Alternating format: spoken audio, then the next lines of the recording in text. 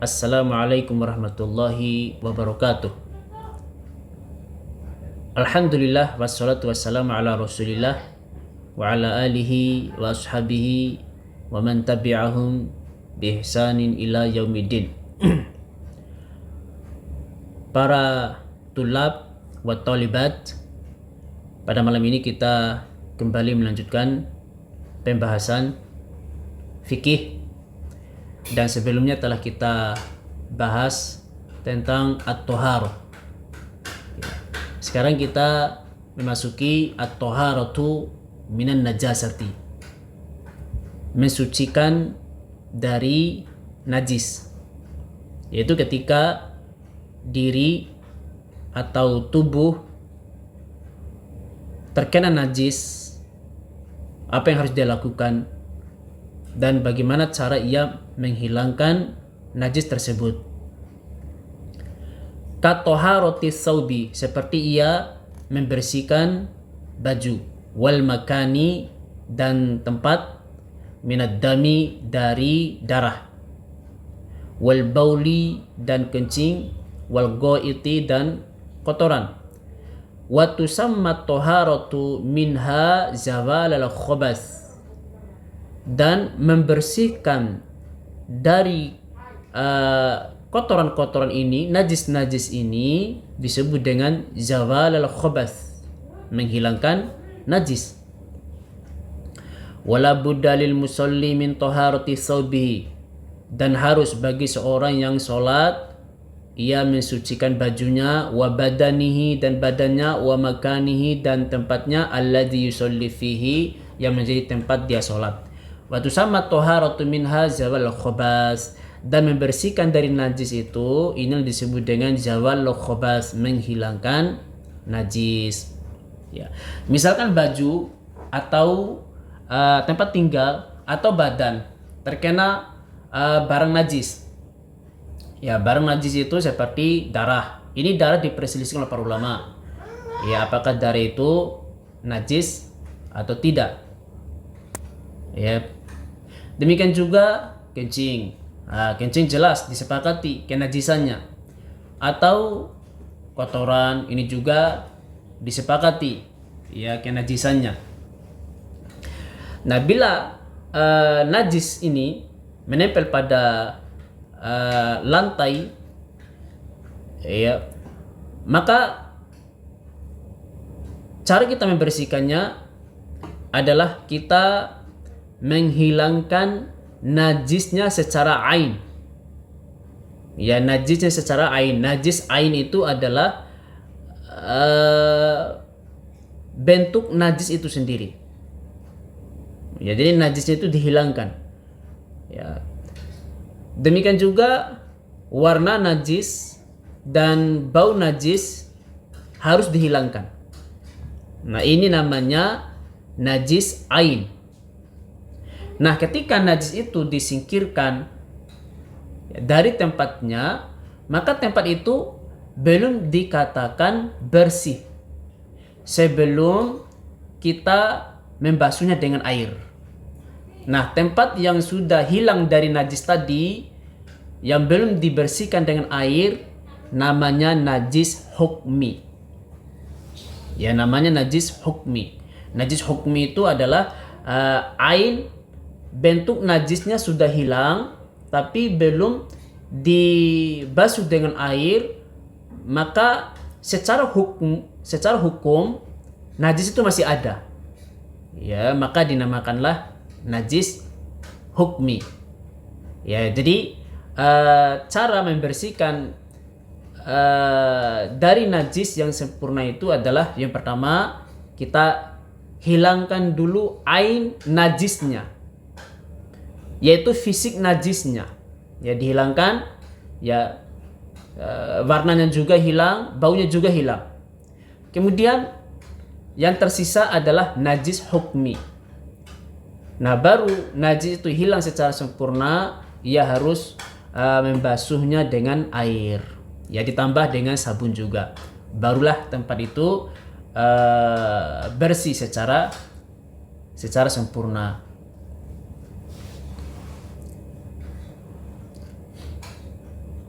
Kemudian al-hikmatu min tasyri'i toharoh, hikmah dari pensyariatan pensucian. Al-awwal aujabal islamu toharota liyakifal muslimu baina yaday rabbihi tahiran nadhifan. Islam telah mewajibkan bersuci.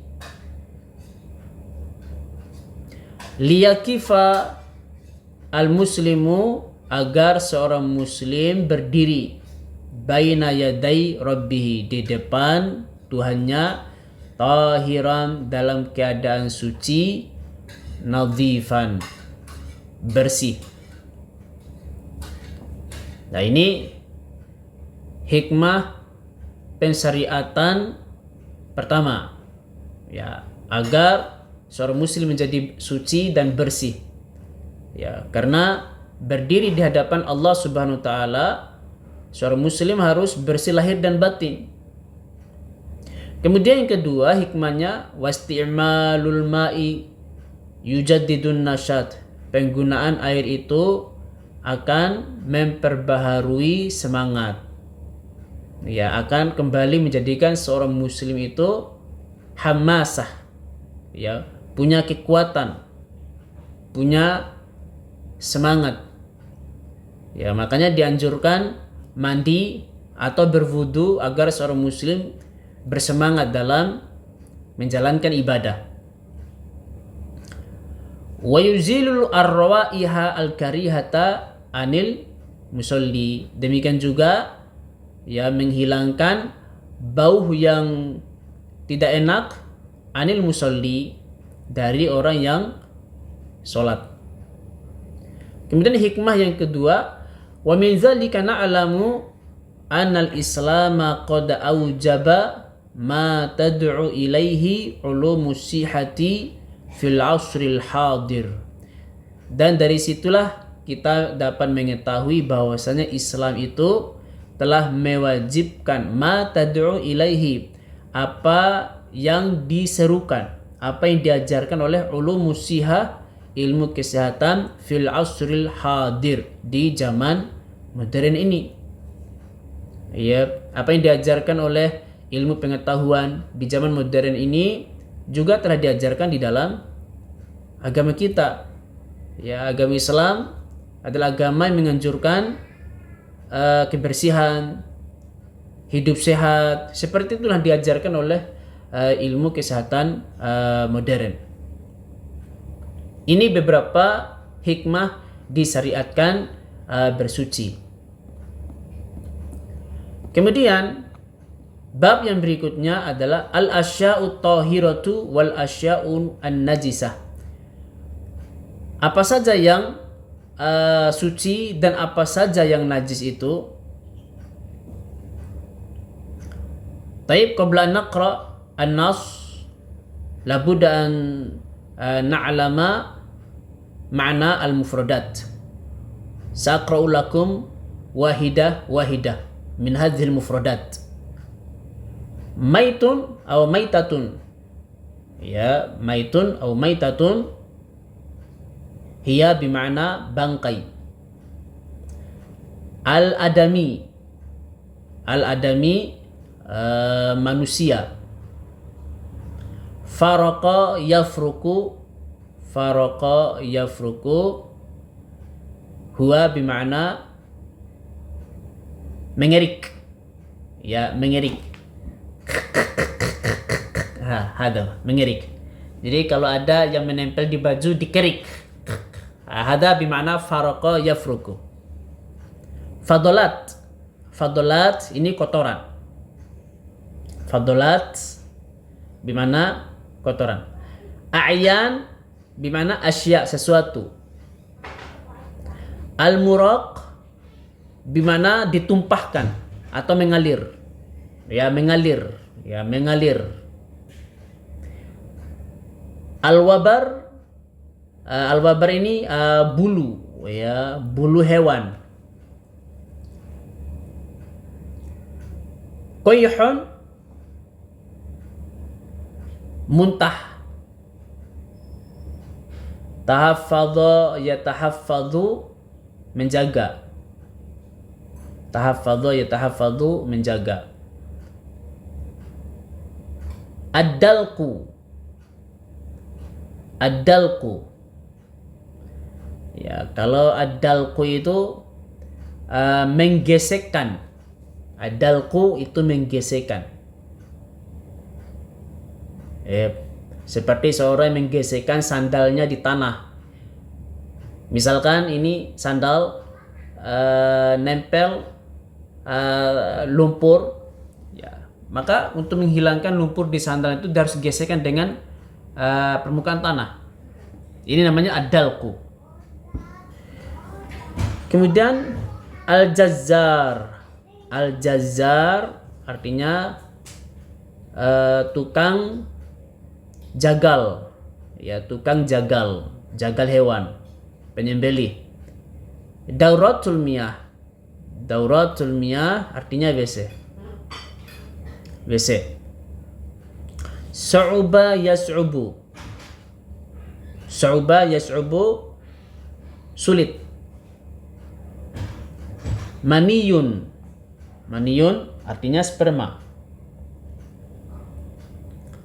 Al-yasiru, mudah. Al-mubahu. Al-mubahu, boleh. At-tahuru, suci. Al-hillu, halal. Istahabba yastahabbu artinya mustahab, sunnah. Istahabba yastahabbu artinya mustahab atau sunnah. Haramun, haram. Tayyib. Pembahasan berikutnya al-asya'u at-tahirah. Sesuatu yang dikatakan suci dalam agama kita. Al-asul fil asya'i taharah. Dasar dari segala sesuatu itu adalah suci. Jadi secara asal semua yang ada itu suci. Ya, kita tidak boleh menghukuminya itu najis kecuali ada dalil. Ya, jadi tidak boleh kita menanyakan apakah sesuatu itu suci. Ya, lalu kita tanyakan dalilnya, apa dalilnya? Ini keliru. Ya, yang benar, yang tepat, segala sesuatu itu suci tanpa harus ditanyakan apa dalil kesuciannya. Ya, memang secara asal semuanya suci. Yang ditanyakan dalilnya itu adalah najisnya. Apakah ini najis? Kalau kita katakan itu najis, apa dalilnya? Kita ambil contoh yang lain. Kita ambil contoh ingus. Apakah ingus itu najis? Kalau ada orang mengatakan najis, maka dia harus mendatangkan dalil. Apa dalil mengatakan najis? Kalau tidak ada dalil, maka kembali kepada hukum asal. Berarti ingus itu adalah tahir, suci. Keringat suci. Ya, tanpa kita harus minta dalil. Karena memang asalnya segala sesuatu itu adalah suci. Taib. Inilah maknanya al-asul fil asya' at-tahara. Asal, dasar dari segala sesuatu itu adalah suci. Kecuali ada dalil yang mengatakan itu adalah najis. Wa nadhkuru minha ma yali, dan kita sebutkan diantaranya ma yali sebagai berikut. Al-awwal, yang pertama, sesuatu yang suci itu adalah al-insanu hayyan au maitan, manusia hidup atau mati. Manusia suci. Kemudian manusia yang meninggal, ya, yang sudah jadi mayat juga suci. Al-hayawanu al-mubahu akluhu, hewan-hewan yang boleh dimakan. Ayam, kelinci, kambing, domba, sapi, ya, semuanya suci. Wa maitatu ma la dama lahu sa'ilun, dan bangkai ma la dama lahu sa'ilun, bangkai hewan yang tidak ada darah atau tidak mengandung darah yang banyak. Ya, bangkai hewan yang tidak mengandung darah yang banyak juga suci. Ya, seperti nyamuk, semut, ya, tawon. Ya, bangkainya suci.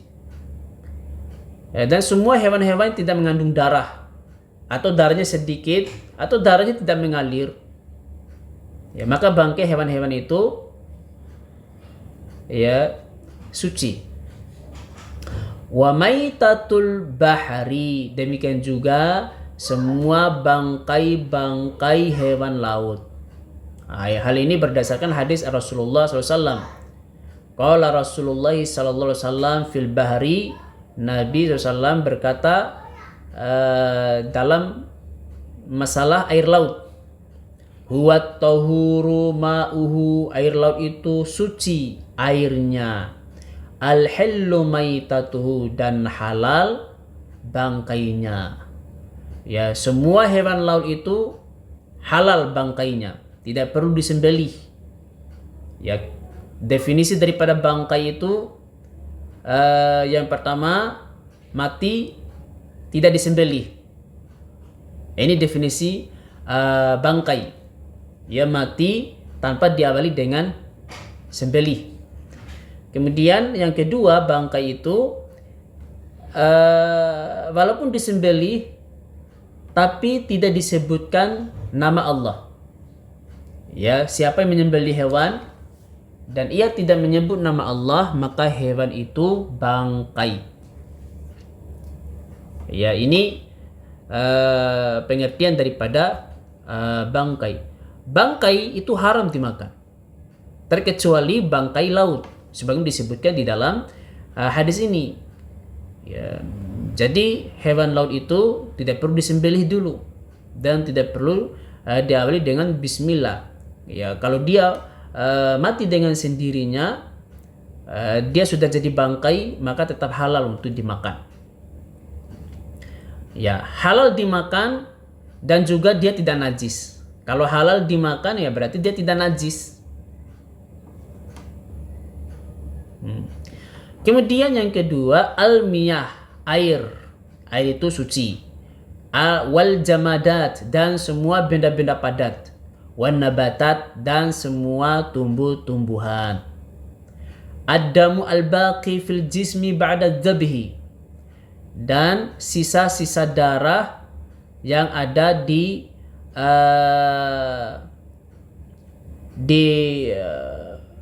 tubuh hewan setelah disembelih. Ya, ini bagi yang berpendapat darah itu najis. Ya, kitab ini yang kita baca ini lebih menguatkan bahwasanya darah itu najis. Ya, darah itu najis, yaitu darah manusia. Ya, jadi darah manusia menurut kitab ini adalah najis. Ya, demikian juga darah, ya kalau darah hewan ya sepakat darah hewan itu najis. Adapun darah manusia ini masih diperselisihkan. Ya, tapi dari yang kita baca sebelumnya, kitab ini lebih memilih pendapat darah manusia itu najis. Nah, adapun darah hewan, ini disepakati darah hewan itu najis, yaitu ketika disembelih mengalir darahnya, maka darah itu najis. Terkecuali ada sisa-sisa darah di tubuh hewan itu, di urat-urat nadinya.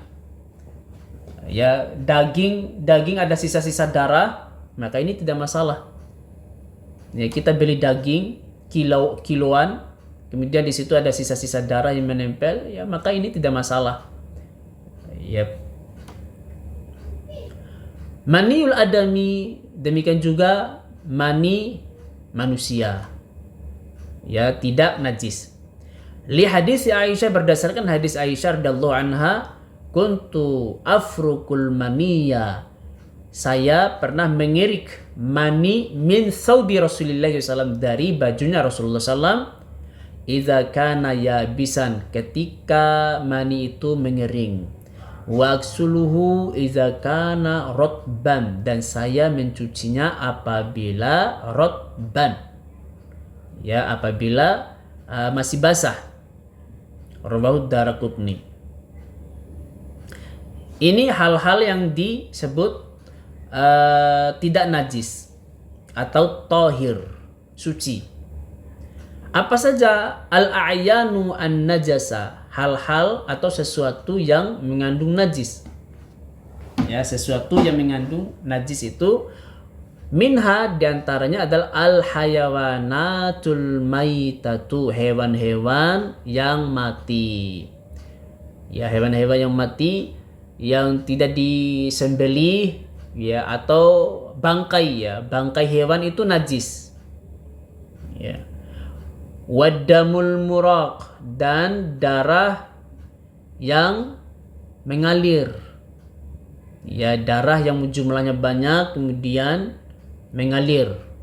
Ya, baik itu darah manusia ataupun darah hewan, menurut pendapat kitab ini ya najis. Kalau darah manusia itu ya memang diperselisihkan, tapi kalau darah hewan ini sepakat ya najis. Walahmul khinzir, demikian pula daging khinzir, yaitu babi. Ya, bab 1 babi, ya. Ya, lahmul khinzir ini najis berdasarkan qala Allah Ta'ala, firman Allah Subhanahu wa taala, hurrimat alaikumul maitatu, telah diharamkan atas kalian al-maitatu, bangkai, waddamu, dan darah, walahmul khinzir, dan daging, bab 1. Ya, kemudian yang kedua, sesuatu yang dikatakan najis itu adalah fadolatul insan, kotoran manusia. Al-baulu wal itu seperti kencing dan kotorannya. Nah, ini sepakat para ulama, ini adalah najis. Wa fadolatu kulli hayawanin muharramin akluhu, dan kotoran setiap hewan muharramun, yang diharamkan memakannya. Ya, hewan-hewan yang haram kita makan, maka kotorannya itu najis, kencingnya juga najis. Ya, kalau hewan itu halal dimakan, maka kotorannya tidak najis, pipisnya juga tidak najis. Makanya kencing onta itu bisa diminum, ya, karena memang tidak najis. Kemudian berikutnya, yang najis itu adalah ma yuqta'u minal hayawanati fi hayatihi najisun wa haramun akluhu illa suf wasya'ru wal wabar. Apa yang terpotong dari hewan itu saat dia masih hidup adalah najisun, dia najis. Wa haramun akluhu, dan haram untuk dimakan. Misalkan bagian tubuh hewan ya terpotong, dia terpotong dalam keadaan masih hidup, belum disembelih. Ya, kambing misalkan, ya kambing dalam keadaannya masih hidup, kaki sebelahnya kepotong. Ya mungkin kepotong karena ditabrak atau dijepit oleh pagar besi sehingga kakinya sebelah kepotong. Ya, pisah dengan tubuhnya. Maka kakinya yang kepotong ini, yang pisah dari tubuhnya tadi, ini adalah najis. Ya, karena dihukumi bangkai. Ya, dihukumi bangkai. Dan haram dimakan. Ini pernah terjadi kasus. Ya, terjadi kasus, ya kasus di Bima, ya. Waktu kami menangani hewan kurban. Ya, saat sapi itu disembelih, ya sapi itu masih sakrat. Nah, ada beberapa orang yang memperebutkan ininya, memperebutkan itu apa namanya, buah bawahnya itu, ya, atau buah apa itu bahasa yang bagusnya itu, ya. Iya. Pokoknya buahnya di bagian bawah lah gitu. Itu diperebutkan oleh anak-anak. Ya, padahal ini sapi lagi sakrat, diperebutkan pakai pisau dipotong. Ya, di situ ada seorang ustadz mengingatkan, kalau kalian memotong bagian tubuhnya padahal ini hewan belum mati, maka kalian memakan bangkai. Ya, berarti kalian memakan bangkai. Ya, karena kalian memotong bagian tubuh hewan sedangkan hewan ini belum mati. Nah, jadi bagian kepotong itu adalah najis dipegang dan bangkai kalau kita memakannya. Ya, atau haram. Ya. Jadi terkecuali hewan itu sudah disembelih kemudian dia mati baru kita memotongnya, itu halal.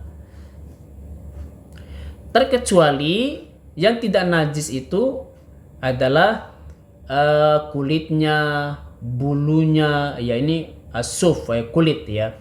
Kulit, kemudian bulunya, wasya'ra, ini bulunya ya. Wal wabar, wabar itu adalah coba lihat di sini.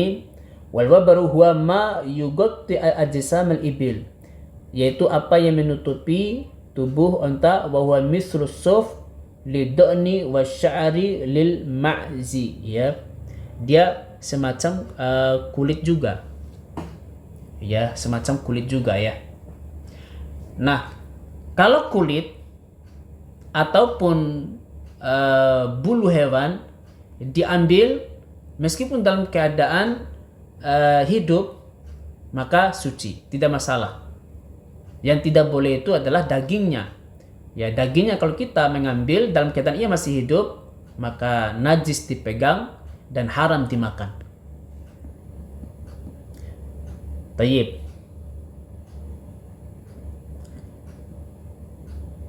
Kemudian pembahasan berikutnya adalah al-ma'fuwu anhu minan najasah. Najis yang dimaafkan. Ya, ada suatu benda yang najis dimaafkan apabila kita memegangnya. Yurfa an qalilid dami wal qayh. Dimaafkan dari jumlah sedikit darah dan muntah. Siapa yang terkena darah dengan jumlah sedikit, baik darah manusia ataupun darah hewan, demikian pula muntah. Muntah juga, ya, ada sebagian pendapat mengatakan najis. Ya, terkena sedikit maka dimaafkan. Ya, tidak masalah. Kama yu'fa an asari ma yabaqa fin na'ali ba'da dalki. Sebagaimana juga dimaafkan an asari, dari bekas, ma yabaqa, apa yang masih fin na'ali, pada sandal, ba'da dalqi, setelah dia menggesek-gesekkan sandal itu. Ya, jadi kalau kotoran menempel di sandal, maka cara mensucikannya adalah cukup dia menggesek-gesekkan sandalnya di permukaan tanah, digosok-gosokkan sandal itu. Ya, maka sandal itu jadi bersih atau jadi tahir, suci. Kalau andaikan ada sisa-sisa najis, sisa-sisa kotoran yang menempel, maka ini dimaafkan. Ya, karena tidak mungkin menghilangkan najis secara utuh dengan cara adalku itu, dengan cara menggosokkan itu. Terkecuali kalau dia mau, ia menyikatnya pakai air, kemudian pakai sabun, bersihlah secara total. Ya, tapi ada beberapa keadaan orang membersihkan sandalnya yang terkena najis dengan cara adalku. Ini ada beberapa keadaan, yaitu dia menggosokkan sepatunya atau sandalnya di tanah. Yep. Tapi ada sisa-sisa najis itu yang menempel, ini dimaafkan. Wa yara ba'du ahli ilmi annahu yu'fa 'anil yasir min jami'in najasat. Dan sebagian ahli ilmi memandang, ya, yaro itu artinya melihat, ya, memandang, ya. Ba'du ahli ilmi, sebagian ahli ilmi memandang annahu yu'fa anil yasir, bahwasanya dimaafkan dari yasir sedikit, min jami'i an najasat, dari semua najis. Semua najis. Ya, apabila jumlahnya sedikit maka dimaafkan. Bukan hanya sekedar kotoran saja, bukan hanya darah ataupun muntah saja yang dimaafkan dengan jumlah sedikit, tapi semua yang najis dimaafkan dengan jumlah yang sedikit. Ya, seorang yang kencing misalkan, lalu kena percikan kencing jumlah sedikit, ya maka dimaafkan najis itu. Ya, karena ini adalah suatu hal yang tidak bisa dihindari. Demikian juga kotoran cicak. Kotoran cicak kan najis. Misalnya kalau orang terkena cicak, kepalanya terkena kotoran cicak, ya, atau di bagian tubuhnya kena kotoran cicak, apakah itu najis? Kita katakan itu najis, tapi najis yang dimaafkan. Ya, kenapa dimaafkan? Ya, karena ini adalah sesuatu yang tidak bisa kita hindari. Ya, tidak ada rumah yang aman dari cicak, dan cicak pun mengeluarkan kotorannya sembarang tempat. Ya, ini sesuatu yang tidak bisa kita hindari, maka dimaafkan. Demikian pula yang jumlahnya sedikit. Wa khasatan al-murdi'ah fima yusibuha min fadlati tifliha idza tahafadat minha. Wa khasatan, dan terkhusus, al-murdi'ah, yang menyusui. Ibu yang menyusui, fima yusibuha, ia terkena, min fadolat, kotoran, tifliha, anaknya, idza tahafadat minhu, apabila dia sedang menjaganya. Ya, seorang ibu yang menggendong anak terkena kotoran, nah ini juga dimaafkan. Ya, najis itu. Iya. Wastahabbal ulama, dan para ulama istahabba, mensunahkan, laha, bagi ibu itu, antu'idda sauban, agar dia mempersiapkan sauban, baju, khosan, khusus, lis sholah, untuk sholat. Ya, jadi sebaiknya ibu itu yang menyusui tadi, ia persiapkan baju khusus saja, baju khusus untuk sholat, baju khusus untuk menyusui bayi. Ya, sebab dikhawatirkan nanti terkena pipis atau bayi itu mengeluarkan kotorannya, ya kena baju, ya. Tapi ini dimaafkan karena itu hal yang tidak bisa dihindari. Wa kadzalika man huwa fi misli halatiha mimman yas'ubu alaihi an tahaffadha minan najasati kal jazzar.